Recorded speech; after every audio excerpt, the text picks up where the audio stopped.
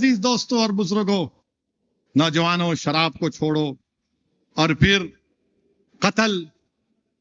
आजकल तो क्या हो गया, हैदराबाद को कत्ल कर रहे हैं। काला पत्थर में 16 साल के बच्चे को कत्ल कर दिए।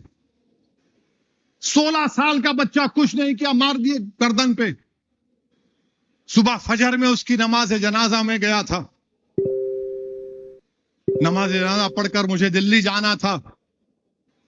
उसकी बच्चे की मां ने मुझे बुलाकर कहा कि असद भाई, मेरा बेटा कहां है? मेरा बेटा लेके आके दो। रो कर कह रही है, 16 साल का मेरा बेटा था, मेरे बेटे को लाओ असद भाई। कत्ल कर दिए। याद रखो, तुम जो कत्ल कर रहे ना, शिर्क के बाद सबसे बड़ा गुनाह अल्लाह की नजर में कत्ल है। कत्ल है। और हदीस शरीफ में आया कि तुम जिसको आज कत्ल कर रहे हो ना, वो उसी खून आलूदा हालत में अल्लाह के अर्श के सामने आकर कहेगा, परवरदिगार मुझसे इंसाफ कर दे, जिन लोगों ने मुझे मारा था। डरो उस दिन से, वो दिन आएगा।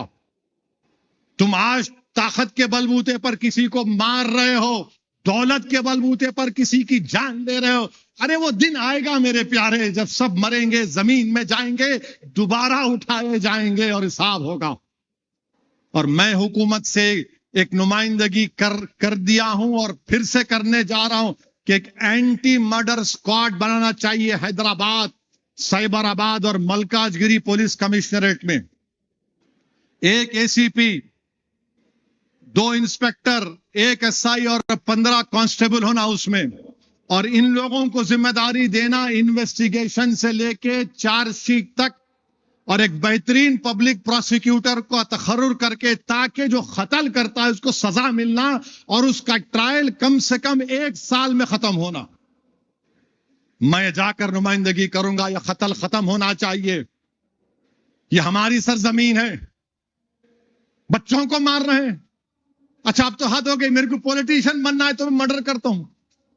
बल्कि बेहयाई की हद है, बोल भी रहे हैं मैं इमर्जिंग पॉलिटिकल लीडर हूं, उभरता हुआ पॉलिटिशियन हूं, मैंने मर्डर किया।